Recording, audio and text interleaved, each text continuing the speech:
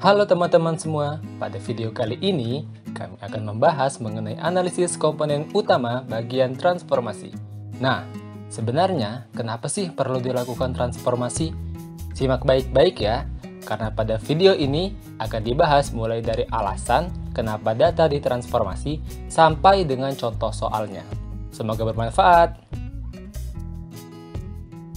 Kapan kita perlu melakukan transformasi? Jadi, transformasi dilakukan apabila variabel yang kita amati terdapat perbedaan yang sangat jauh pada skala ukur, atau satuan ukurannya tidak sama.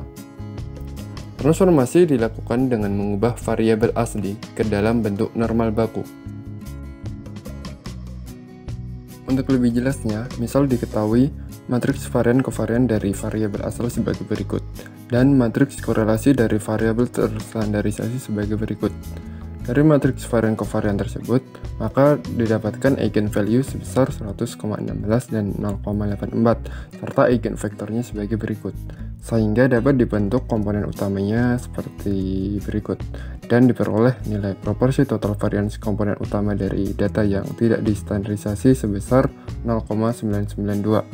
Sedangkan dari matriks korelasi juga didapatkan eigenvalue dan eigenvektor sebagai berikut, sehingga diperoleh komponen utamanya sebagai berikut, dan diperoleh nilai proporsi total varians komponen utama dari data yang distandarisasi sebesar 0,7. Maka dapat diketahui bahwa nilai proporsi total varians komponen utama dari data yang tidak distandarisasi dan yang distandarisasi menghasilkan hasil yang berbeda. Hal ini dikarenakan pada data asal nilai varians untuk variabel pertama dan kedua memiliki perbedaan yang besar, sehingga meskipun nilai proporsinya sebesar 0,992, bisa saja analisis didominasi oleh variabel kedua. Oleh karena itu, maka dilakukan transformasi. Yang pertama adalah analisis komponen utama dengan variabel yang ditransformasi pada data populasi. Komponen utama ditentukan dari variabel asal yang distandarisasi normal baku, misal oleh persamaan Z sama dengan X min mu per standar deviasi. Karena nilai ekspektasi dari Z sama dengan 0, maka nilai matriks varian-kovarian dari Z akan sama nilainya dengan matriks korelasi dari variabel asal tersebut. Maka diperoleh persamaan komponen utama sebagai berikut, di mana nilai variannya akan sama dengan jumlah variabel yang digunakan.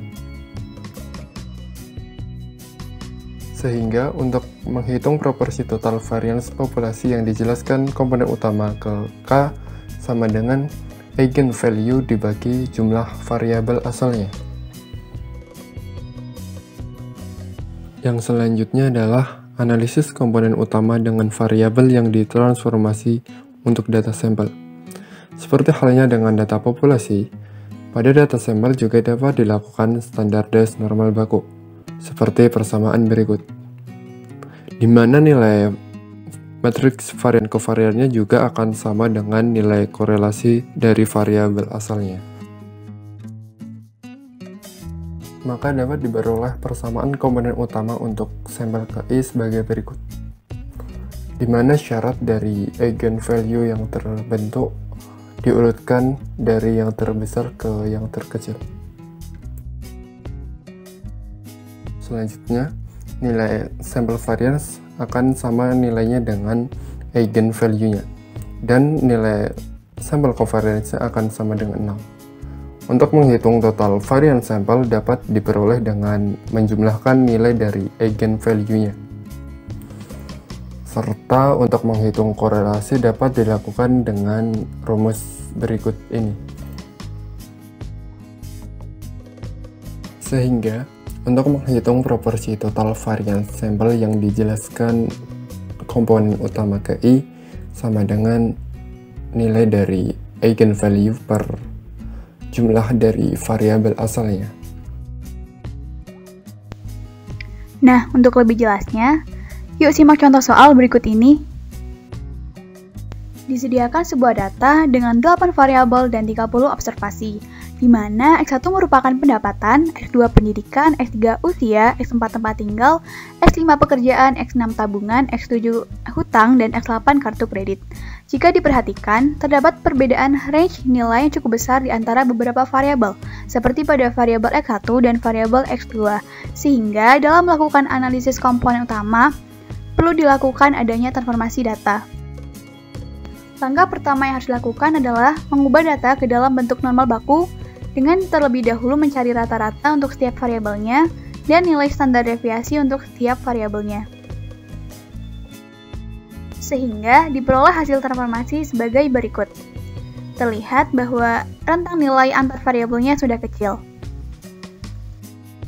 Langkah selanjutnya adalah membentuk sebuah matriks berukuran 30x8 dari data hasil transformasi. Langkah yang ketiga yaitu menghitung matriks covariance sampel. Pada kasus data yang ditransformasi, nilai matriks covariance sampel akan sama dengan matriks korelasinya, dengan jumlah data sebanyak 30, dan Z merupakan matriks standardized, sehingga diperoleh matriks korelasi sebagai berikut. Berikutnya, kita perlu menghitung eigenvalue dan eigenvektor untuk masing-masing variabel.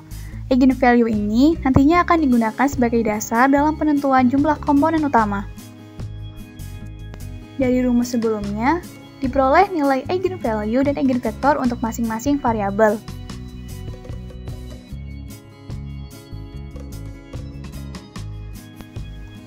Langkah selanjutnya adalah menentukan jumlah komponen utama. Penentuan jumlah komponen utama ini dilakukan dengan cara membagi nilai eigen dengan jumlah variabelnya. Syarat yang harus dipenuhi adalah nilai proporsi sampel variance-nya harus mencapai 80%. Pertama, kita mencari proporsi satu komponen utama pertama. Caranya adalah nilai eigen X1 dibagi dengan jumlah variabelnya sehingga diperoleh nilai sebesar 44,345%. Artinya, satu komponen utama pertama mampu menjelaskan sebesar 44,345% dari total variance. Karena nilai tersebut masih kurang dari 80%, kita perlu melakukan perhitungan yang kedua, yaitu mencari proporsi dua komponen utama pertama. Caranya adalah menjumlahkan nilai eigen X1 dan X2, kemudian dibagi dengan jumlah variabelnya sehingga diperoleh nilai sebesar 70,995%. Artinya, dua komponen utama pertama mampu menjelaskan sebesar 70,995% dari total variance. Karena nilai tersebut juga masih kurang dari 80%, kita perlu melakukan perhitungan yang ketiga. Mencari proporsi tiga komponen utama pertama. Caranya masih sama, yaitu menjumlahkan nilai eigen X1, X2, dan X3, kemudian dibagi dengan jumlah variabelnya, sehingga diperoleh nilai sebesar 84,054%. Artinya, tiga komponen utama pertama ini mampu menjelaskan sebesar 84,054% dari total variance. Karena proporsi tiga komponen utama ini lebih dari 80%, maka terdapat tiga komponen utama yang terpilih. Selanjutnya yaitu nilai loading. Nilai loading digunakan sebagai nilai koefisien dari nilai fungsi komponen utama. Akan digunakan informasi dari nilai eigenvektor normalized sehingga diperoleh persamaan komponen utama sebagai berikut. Selanjutnya, yang perlu kita cari adalah nilai korelasi. Karena pada video ini, contoh soalnya adalah sampel dengan transformasi, maka yang dipakai rumusnya adalah yang bawah ya, yang tidak memakai pembagi akar variance sampel. Banyaknya persamaan komponen utama yang terbentuk, itu akan sejumlah dengan variabel yang ada. Nah, karena dalam contoh soal ini variabel yang digunakan ada 8, maka banyaknya persamaan komponen utama juga akan sebanyak 8. Oleh karena itu, akan ada 8Y atau 8 persamaan komponen utama, dan 8Z atau 8 variabel asal yang sudah terstandardisasi. Sebenarnya, apa sih makna dari angka-angka yang ada di tabel ini? Kita ambil contoh. Misal, Y2Z6. Artinya, nilai korelasi atau hubungan pada persamaan komponen utama yang kedua dengan variabel ke-6, yaitu variabel savings, yang sudah distandardisasi itu sebesar 0,3196. Contoh lainnya adalah misal Y3Z1.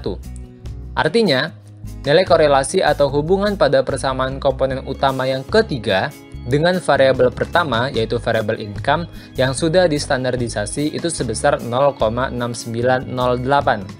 Nah, semakin besar nilai korelasi, maka semakin besar keterwakilan komponen utama KI terhadap variabel asal yang sudah distandarisasi. Nilai korelasi ini juga bisa dijadikan dasar sebagai penamaan komponen utamanya.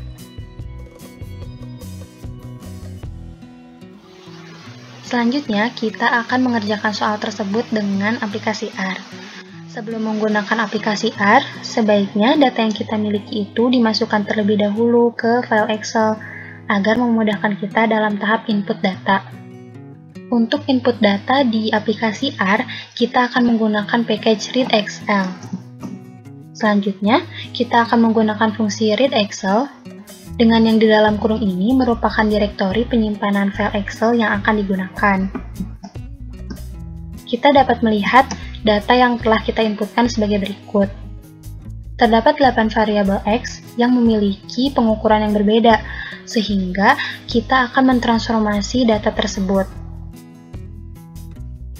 Untuk mentransformasi data tersebut, terdapat dua cara, yaitu transformasi secara langsung dan transformasi secara manual. Untuk transformasi secara langsung, kita menggunakan fungsi scale. Fungsi scale di sini akan mentransformasi dataset atau data yang telah kita inputkan sebelumnya dengan normal baku. Berikut merupakan hasilnya.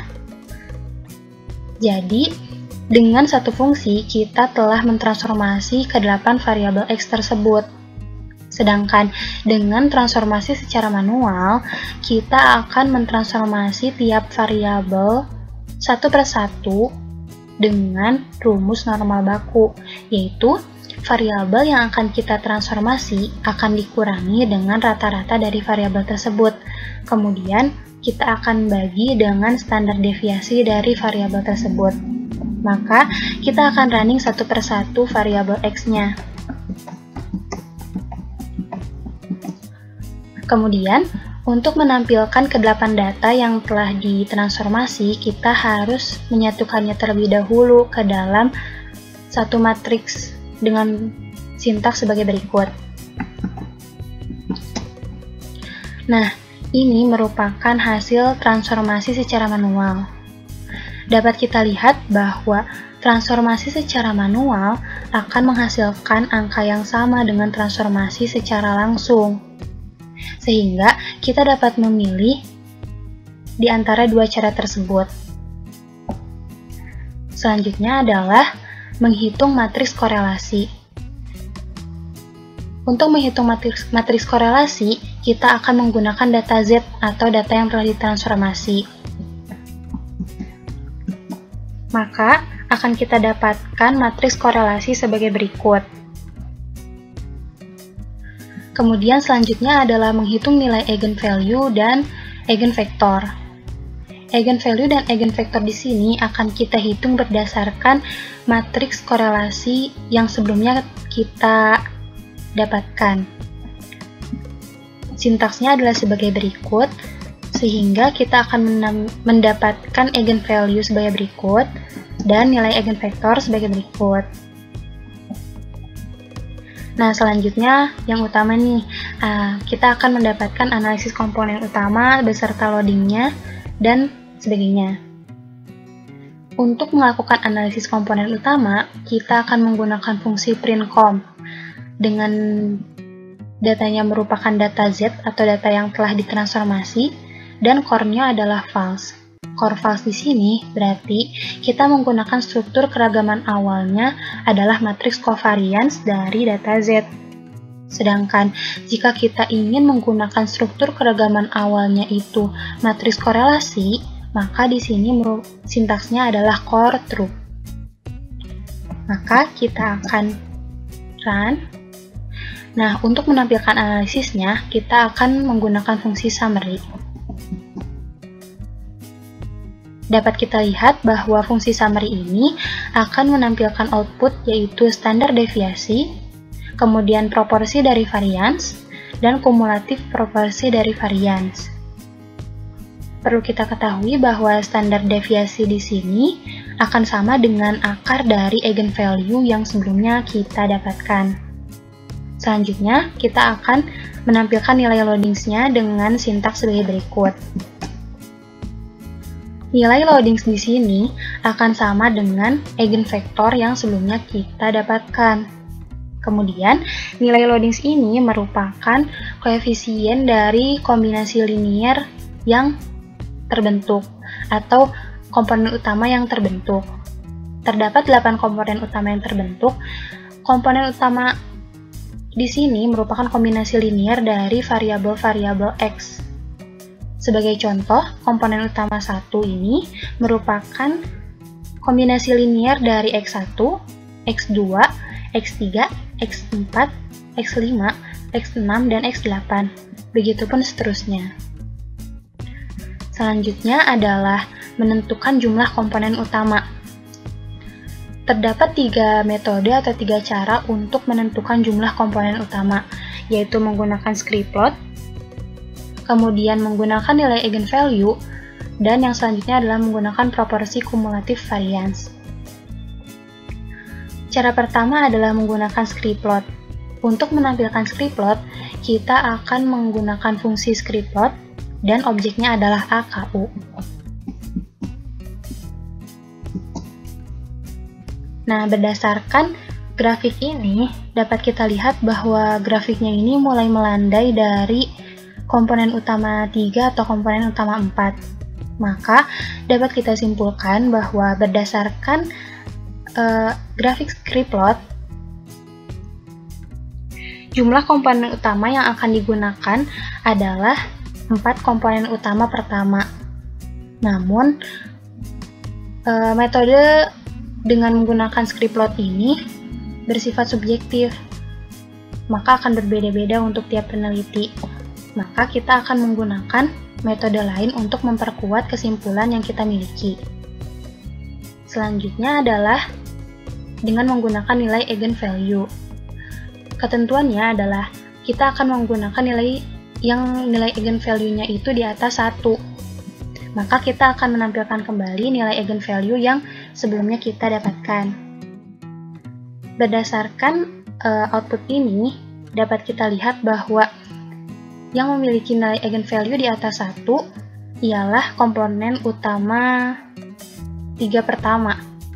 Sehingga berdasarkan nilai eigenvalue, jumlah komponen utama yang akan digunakan adalah 3 komponen utama pertama, yaitu komponen utama 1, komponen utama 2, dan komponen utama 3.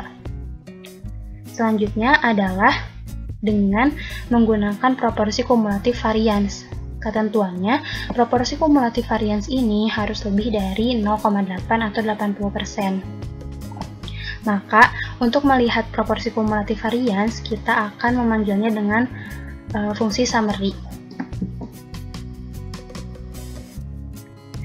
Dapat kita lihat bahwa proporsi kumulatif varians saat hanya menggunakan komponen utama 1 ialah 0,44.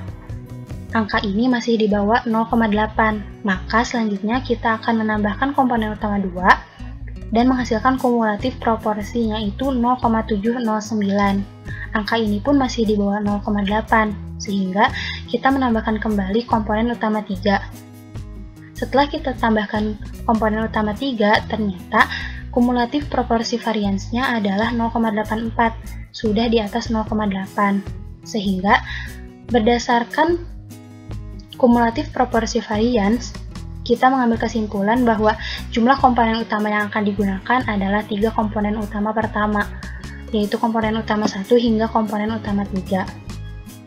Nah, berdasarkan 3 metode tersebut, dapat diambil kesimpulan bahwa jumlah komponen utama yang akan digunakan adalah 3 komponen utama pertama, yaitu komponen utama 1, komponen utama 2, dan komponen utama 3. Sekian pengerjaan dengan aplikasi R. Bagian yang terakhir adalah kesimpulan. Setelah melakukan penghitungan, baik secara manual maupun melalui software R, dapat disimpulkan bahwa terdapat 3 komponen utama yang terbentuk, seperti yang terlihat di layar. Angka yang berada di dalam kurung merupakan nilai korelasinya, sedangkan yang tidak merupakan koefisien dari tiap-tiap variabel. KU1 berarti komponen utama yang pertama, begitu juga dengan KU2 dan KU3. Untuk penamaan persamaan KU-nya sendiri atau komponen utamanya sendiri, bisa didasarkan pada besarnya nilai koefisien pada tiap-tiap persamaan komponen utama, atau bisa juga dengan melihat besarnya korelasi antara variabel asal yang sudah terstandarisasi dengan komponen utamanya. Ini artinya KU1 itu bisa dinamakan dengan age atau umur, KU2 debt, dan KU3 income. Hal ini juga didukung dengan cumulative percentage of total variance-nya yang lebih dari 80%, yaitu 84,05% ketika jumlah persamaan komponen utamanya 3. Bisa juga digambarkan dalam bentuk script plot sebagai berikut. Terima kasih sudah menonton sampai selesai dan semoga bermanfaat.